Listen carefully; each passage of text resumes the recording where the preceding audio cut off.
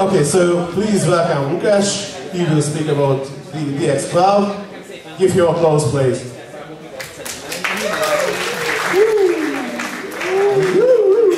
It works. Alright, so here we go. Hello everyone, my name is Łukasz Migas. I'm demo signaure, former demo signaure, depends how you look at it.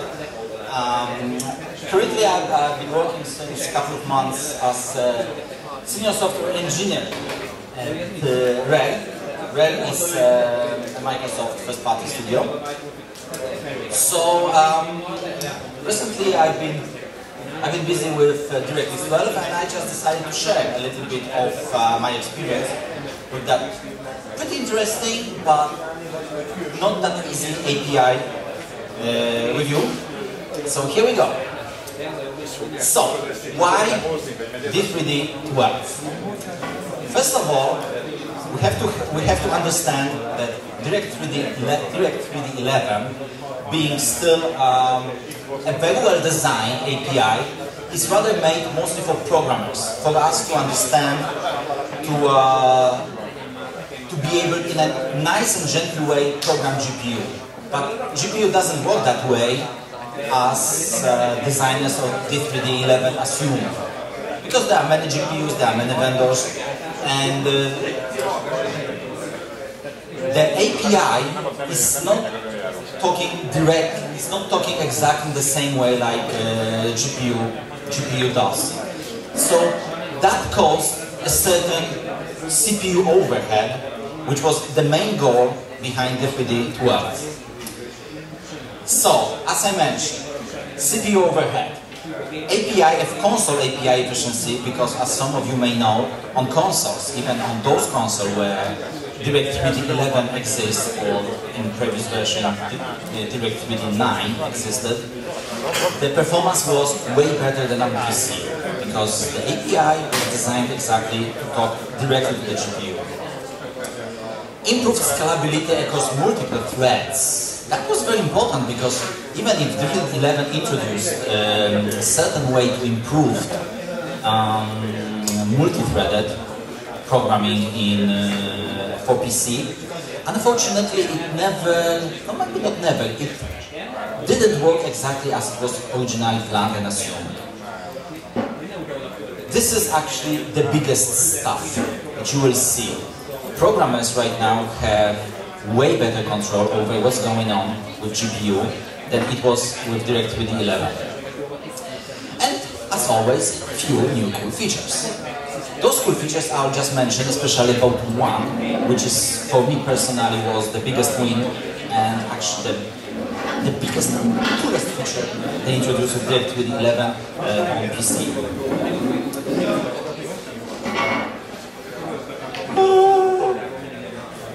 Hey guys, lovely organizers.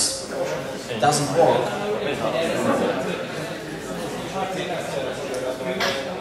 The projector stopped working.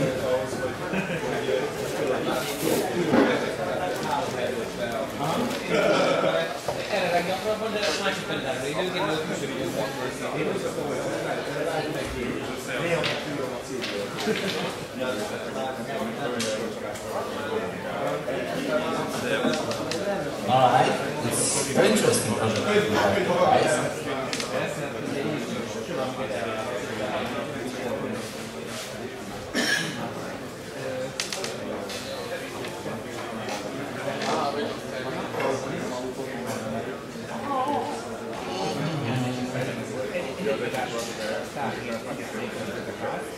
Alright, so this is where we were. Alright, sorry for the interruption. CPU overhead. With DirectX 11, we mostly program everything using shaders and states, right? These states, rasterizer state, depth stencil state, and blended state, the basic states that we've been using, they do not talk directly in a GPU language. So it means that GPU, every time when it gets the load of work that it needs to work with for a given draw call, it means textures, shaders, input assembly, whatever other buffers and resources that we want to use, plus the set of states It doesn't know what to do with it. It doesn't know what to do with it exactly till the moment when we call a draw. When the draw is being called, this is exactly the moment where the driver does entire matching. Matching, setting up states, setting up hardware states, and making certain that everything will work. So this is the time which DirectX 12 will help us get rid of. That CPU overhead. Other problems. Hazard of data. For example, we still can, in theory at least, to set a render target as a render target and a texture at the same time. Of course, DirectX 11 has a certain rules, what will happen with it, but to make certain that it would work exactly as it was planned, actually it was designed by the API designers, it has to do the matching. Another CPU cycles. Resource lifetime, because it's actually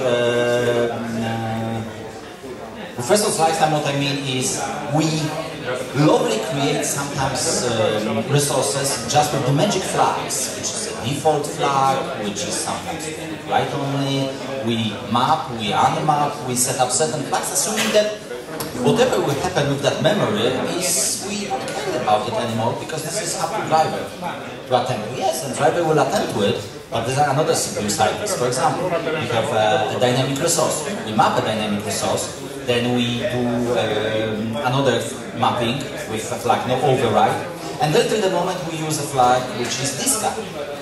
And this is exactly the hint for driver that it has to track the resource lifetime till the moment it's been recently used and then deleted. Residency management. State tracking, this is actually an interesting topic because lots of programmers do not think in the way like, if you use render target and if you use a texture, is it always the same format? From API perspective it is, but from GPU perspective it doesn't have to be. Because rendering sometimes is faster done in a different format than reading from a resource, mostly texture, is done better in a different format. So it means that once again, driver has to do tracking. Once again, resolving a draw, another CPU cycle. Get. With DiffDD 11 we have still a set of get functions. Get shader, get vector shader, get that state, get the other state.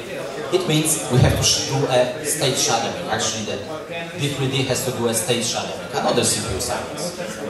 And always, usually, programmers make another mistake, which is setting up again the same resources or states that they were just set.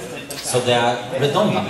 We're setting up again the textures that were already set, and things like that. These are things that driver or DirectX has to deal with. Alright, so what is DirectX 12? It is software change. Mostly it is software change. We will work still with the same GPUs as we worked before, but we will just program them in a slightly different way. It is way closer to metal, which means that right now, we developers have way better control over what's going on with GPU. This is actually a pretty nice statement that I found in the other DiffDD 12 presentation, which is, if DiffDD 11 is JavaScript, DiffDD 12 is C++. And I will show a little bit of code, and you will see that there's a huge change in approach in many aspects. Alright, but let's talk a little bit about this kind of thing. What is cool new features? First of all, is conservative rasterization. This is something that was missing in DiffDD 11, because this is exactly how the GPU renders triangles. Previously it was assumed that every pixel that is crossed with a line that forms a triangle will be rendered only if majority of the pixel is covered by a triangle. Right now we can change it, and for example we can set it up to every pixel that will be touched by a triangle will be rendered. What it means that we can think of different algorithms right now, because the triangle will be overestimated the pixels that should be drawn by a GPU. Rasterization audit views is a feature that should improve greatly, actually make it possible, all the independent transparency, because right now we have a control over how unordered access views are being used and rendered. Type UAV load, it means that since then, if UAV was mostly for writing, you can use it for reading as well if you want it, but you can read only float. So type UAV load means that we can use more than only float. We can use vectors, for example. Volume type resources is improvement of type resources, which is kind of a virtual textures, which we can allocate a bigger texture that actually have a memory. But for Direct 3.11, it was limited to 2D textures. Right now it's volume textures as well. Shader model 5.1 is introduced two major things, which is one of the probably most important, which is ref stencil value can be output from pixel shader. This is a new thing. The other thing is that we can address resources dynamically from shader as we would use in array. Multiple GPU support, but I'm not talking about neither Crossfire or nor how is NVIDIA? AMD is Crossfire and NVIDIA is SLI, right? I'm not talking about that. What I'm talking about right now is that we can program two GPUs separately. So for example, we have a discrete GPU and we have an integrated GPU. We can use both. For example, discrete GPU render graphics, but the integrated GPU will help us with compute shaders. And we can program as many GPUs as they are available in our system. And at the end, my two favorite features. The first one is async compute. Direct 3D12 introduces on PC an async compute, what means that we can launch two queues, one with draw data, exactly what we want to see on the screen, and the other one with a compute. The compute will be done kind of in the background, and in theory it's gonna be for free. So for example, we can still draw something, and in the meantime, GPU will attend to the other queue, which contains only compute data. It is done because GPUs work in bubbles. You do something, then wait, then do, then wait, then do, then wait. Because sometimes still driver has to prepare certain data for GPUs, and these are the bubbles that we can use for async compute. So this is possible with DirectX 12. And execute indirect. Execute indirect will allow us to generate data for other cores. So for example, like we have instance data, right now we have even more, because not only do we have instance data, but we can change the parameters from compute shader. So we can kind of render parameters for other draw cores. Render. Save from GPU. Okay. These are big guys in D3D12. These are a couple of new things that were underestimated or that didn't even exist. Command queues and command lists. This is the way we'll be submitting work to GPU. Bundles. This is a form of command list that will help us improve rendering. I will show how. Pipeline state objects. This is the big guy. This is the biggest guy. It actually encapsulates most of the states, shaders and everything into one big structure that we've been using for setting up states and sending up to GPU. Then we have, this is a completely new guy in the town, root signature. It didn't exist before, and I will explain it. This is very low level stuff. Descriptor tables is a kind of a counterpart of views. Actually, these are views, but the way we will use them and allocate them is pretty close to metal. And resource views. Because as I mentioned, we do not use map and unmap, we do not use flags that we do not know what they mean, assuming that the driver will handle that. Right now we have the full responsibility of what we are going to do with data and what memory we are going to use. Alright, command queues and command lists. Command queue executes command list. Nothing fancy about that. Command queues can be created for multiple GPUs. So every GPU can have a separate command queue, and we can submit a command list there to render something. We can use multiple queues. For example, we can have, as I mentioned previously, we can have a direct rendering queue and a compute queue. On direct render, we will render something. Meanwhile, on compute, we'll do some calculations for the next frame, or for AI for the next frame, or for whatever we want, actually. We can use multiple command lists, and we can record them on many CPU threads. Because every command list is a kind of separate item that can be just recorded on different CPU.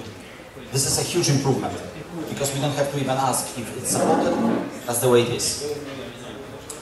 And the last thing, which is kind of concept, which is progress of execution of the command lists, which we just submitted to a command queue, can be controlled with fences. So we know exactly where we are with rendering. Alright, a little bit of code. Just for you to have an overview how it looks right now. We create a command queue. We record some commands exactly as we did with intermediate context on the 11.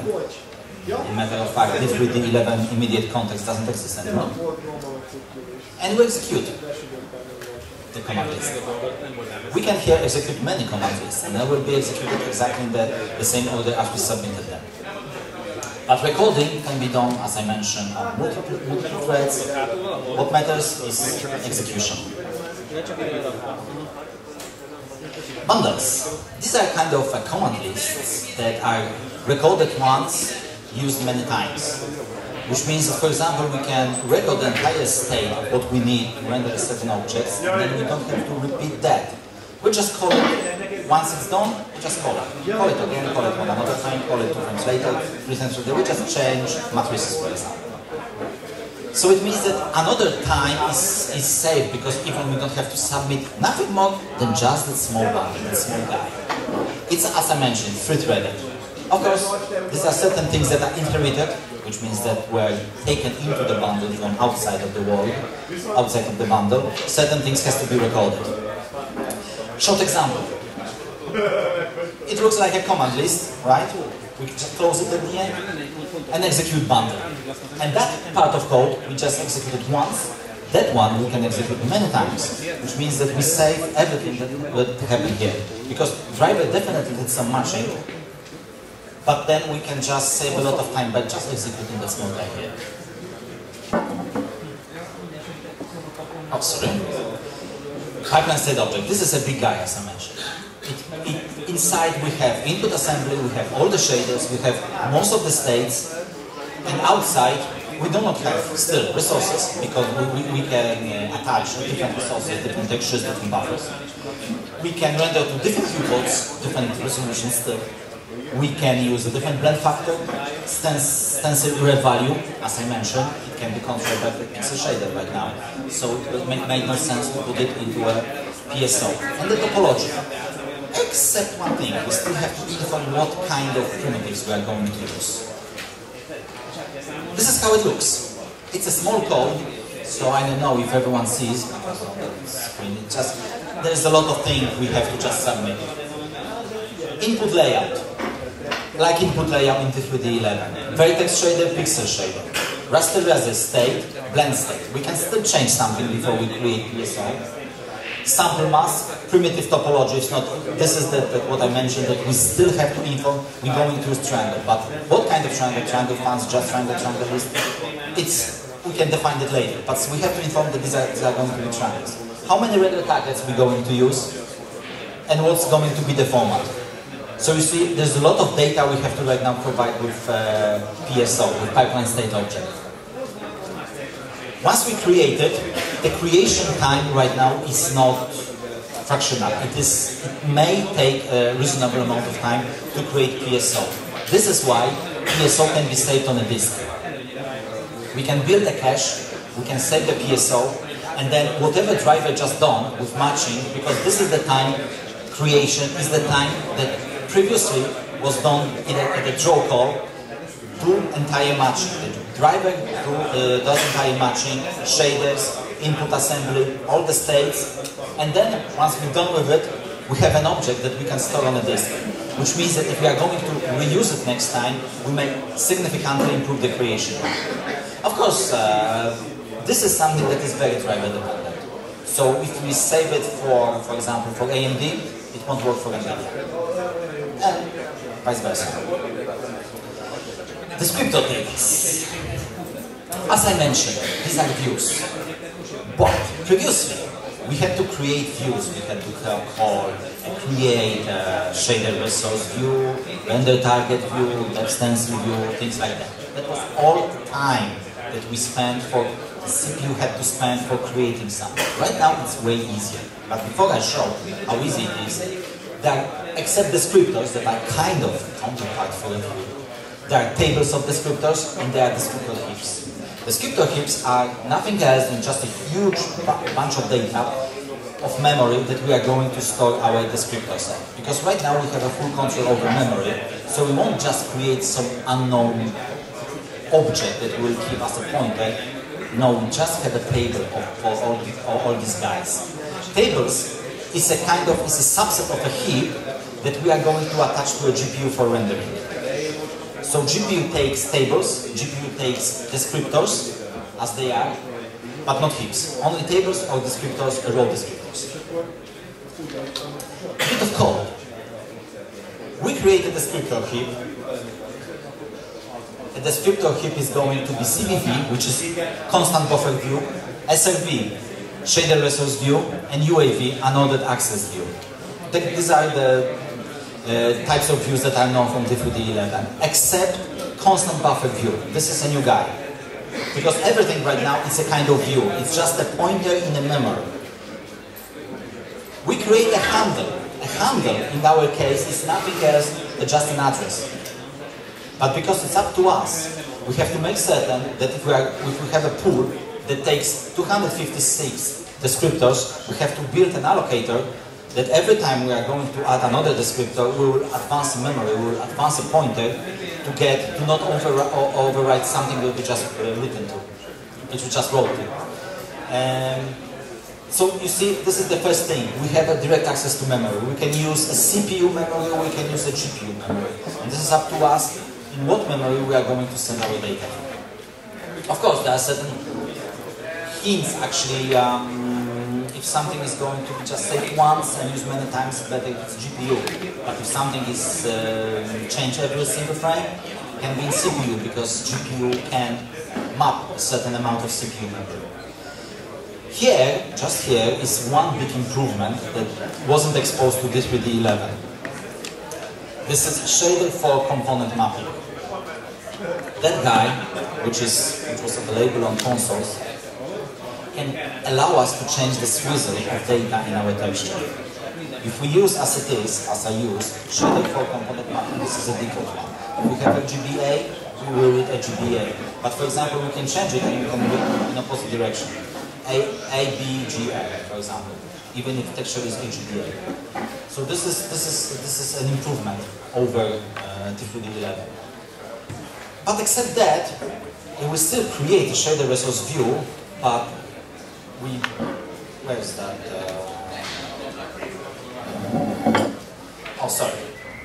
That should be red. I just copy-pasted from a bit of pieces of my code.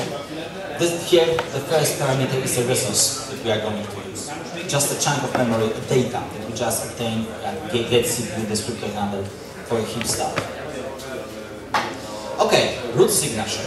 Root signature is another amount of memory that actually, this is where we are going to store descriptors and other data that shaders can read. Root signature is no bigger than 64 double words. This is implementation dependent, actually hardware implementation dependent, but at least 64 double words have to be provided. Descriptor tables, this is a few examples of how much data we can take by using each entity like a table. A root constants, which is the constant that we are not storing in a buffer and then using a descriptor table attached to GPU. We can just store the data directly in a root signature. It takes memory, as I mentioned. Root descriptors, another descriptors that we do not attach as tables, but directly in a root signature. As you see, it's a bit more complicated than it was with the D3D11. But here is an important thing, which are static samplers. Static samplers, these are the samplers that were in D3D11 created in HLSL, were authored in HLSL. So we do not create them like create samplers or something like that. They were created once we build HLSL. Static samplers right now, this is the same guy as it was with HLSL, but we can create them, we can provide them directly into a root signature. Why it's important to know about it? Because there are GPUs that take certain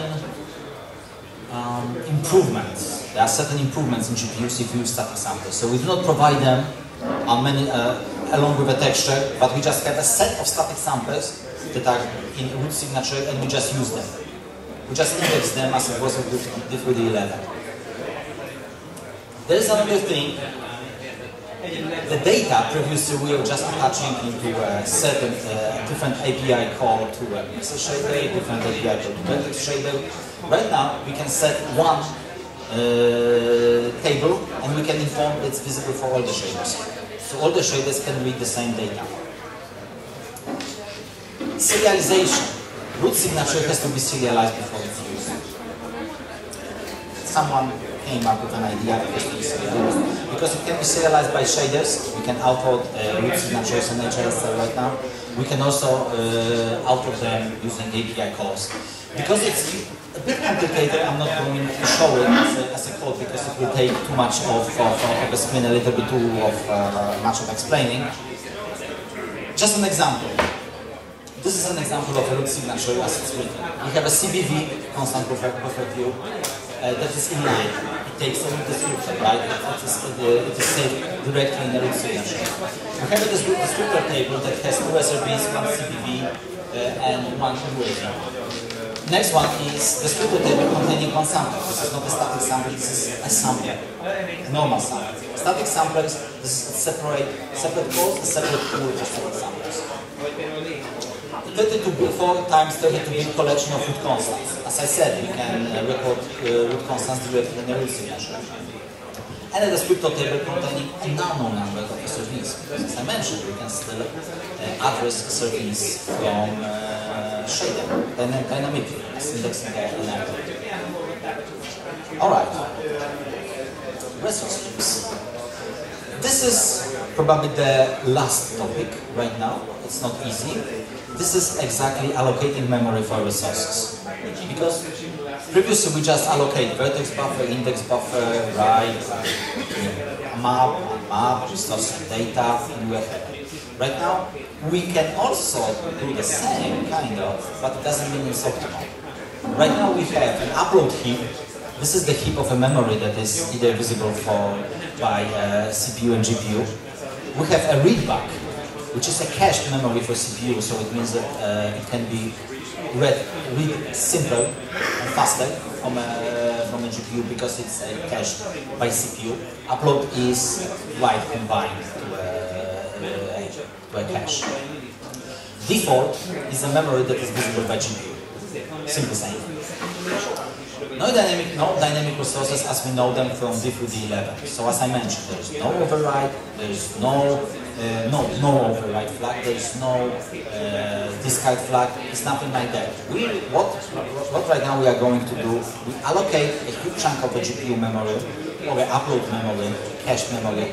We are going to upload some data there, then copy that to GPU, then advance a pointer, copy another data, till the moment we reach the end of the buffer. Then we allocate another one, and we just check that whether that buffer has been already done, has been already released by GPU from using, which means there are no recorded drawing calls referencing that particular amount of chunk of memory. So this is close to meta, as I mentioned. Example. This is example made for simplicity, not for performance, and I'm going to tell why not for performance. I create a committed resource. A committed resource is not just a resource, it's a resource that says that the GPU can use it directly. And I use heap type upload, which is the memory that is visible by both CPU and GPU, but by GPU is going to be marshaled every time the GPU is attempt to use it. Because it's not the default memory for GPU, which means the GPU cannot store that memory in its own way. I'm going to map and map are still there. But the policy right now is that we create, for example, an upload heap, we map it and we forget about it. This is the memory we can constantly use for communication between CPU and GPU. But default heap, we can also map it and forget about it, but this is in the GPU memory and we have to remember about that. And create a vertex buffer here. As I mentioned, we do not set a vertex buffer, hey, this is a magical object. No, this is an address of memory. Because here we have to just pass this guy, the GPU virtual address. Because this is upload heap, GPU virtual address. So we use memory, directly pointers of memory. We do not use objects, certain objects have been removed. We have way better control over what's going on. And because we program using the big guys, the PSO, we are going to match hardware states as they are. So we just improved the CPU time by using this API. All right. Are there any questions?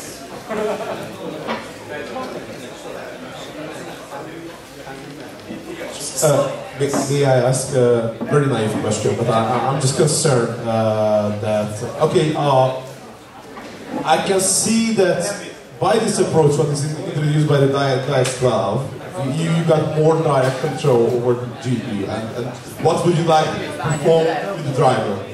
However, I'm concerned, if you have a 4K engine, or 64K engine, merge your code base from DX11 to DX12, wouldn't it affect the size in the sense that it will be much bigger? Because you have to perform more instructions. You just answered yourself with the question. So yeah. As you see, there's way more code to implement. We have a better control, we have a direct control over many things, we can improve things, but if you code for size, there's still DirectX 11.3 that has been released along with D12.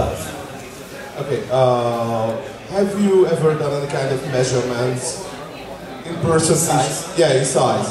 On the speed.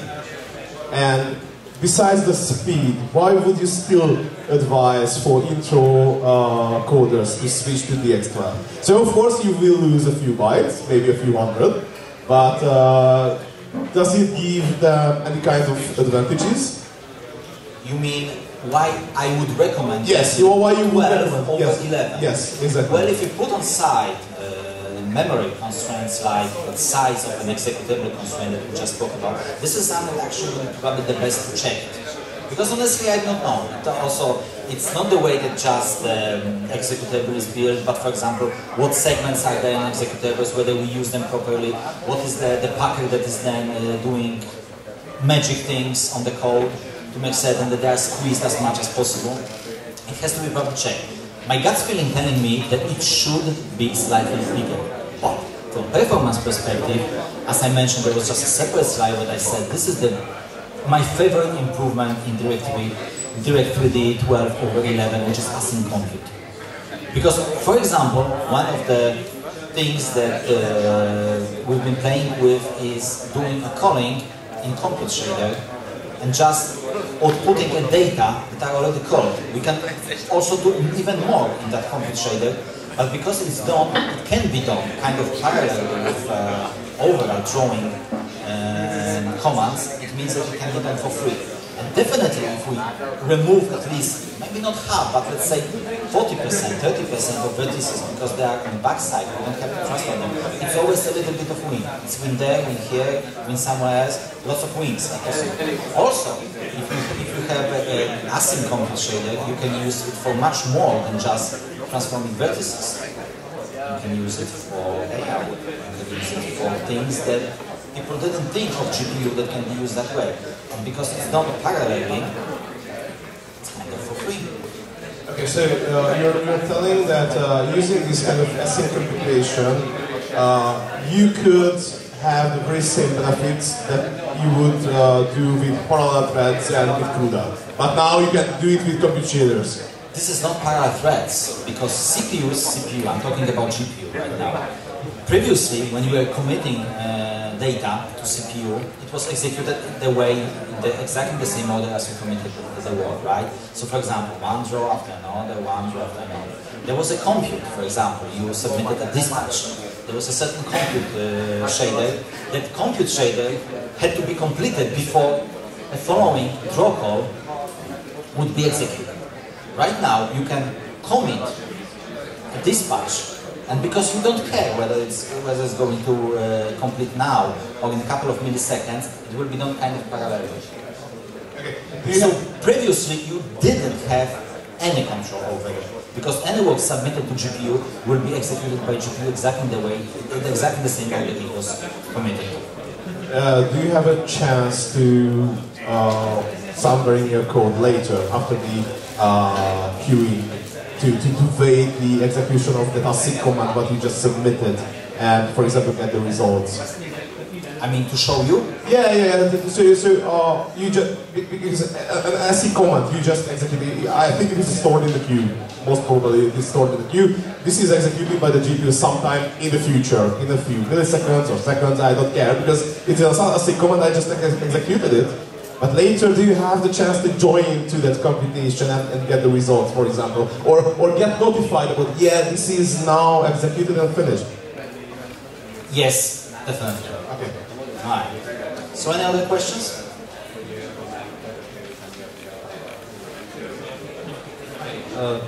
So you mentioned earlier that one of the new things that you use as control mode is component mapping. And yes. I'm just wondering, is it useful can you give us some practical examples? Well, practical example. Well, this is kind of thing that you can use. No, I don't have any practical example right now. No. The point was that I actually started thinking that this is kind of a duplication of the work we have with views, because still in a view you can attach the same texture by changing the data in a texture, right? You can change the view. Well, honestly, I never used that part because it's too fresh, too new, and still it's kind of, we're moving from D3 11, right? I'm moving from D3 11. So yet I didn't reach that state that I started thinking about where they can be used. But before views were introduced, for example, I used the same guy on PlayStation 3 for changing integers into floating points. Because I just allocate 4 integers, right? And then, because I was, that was with, it's exactly that. I was able to write, but wasn't able to read or something like that, and I simply wrote to an integers and then address them as floats. Because that was the same data, right? Because it's the same data, but currently I just cannot come up with anything that can be used, because most things are done in views. But anyway, there is such a Okay, any further questions?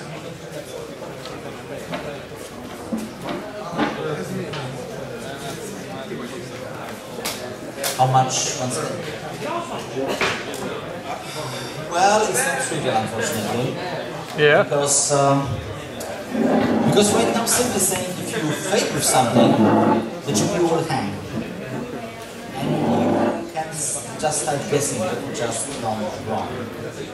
Because the debug output gives you some data about, gives you some information about what went wrong, but not everything.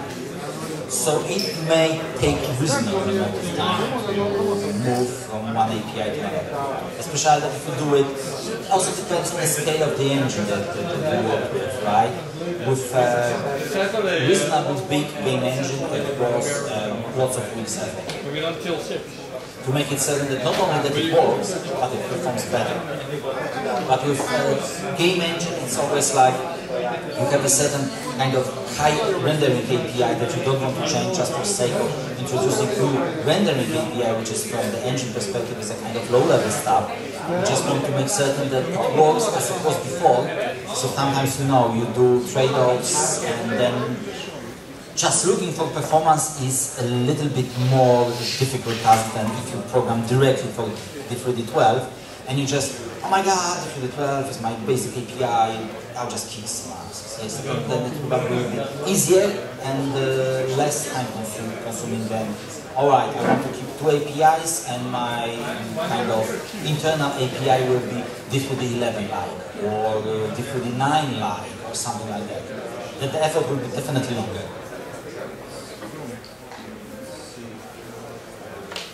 There was silence. No, there's no silence. One more question. Foreigners is actively working on a subsystem of PGM and although the specification is not out yet, I'm wondering whether you have any comments on that. Well, as far as I remember seeing that is very similar to diff2d12, but it's just, you know, another philosophy.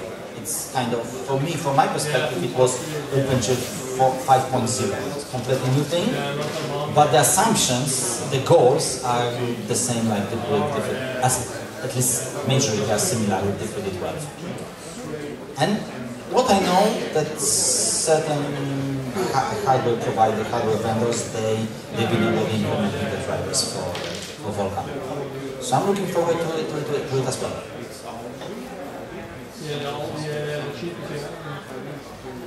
Any further questions? Or just a silence? No. Thank you very much, Łukasz. Thank you for listening. A little bit of, as always, commercial break. And thank you for listening. Yeah, thank you so much, Łukasz. And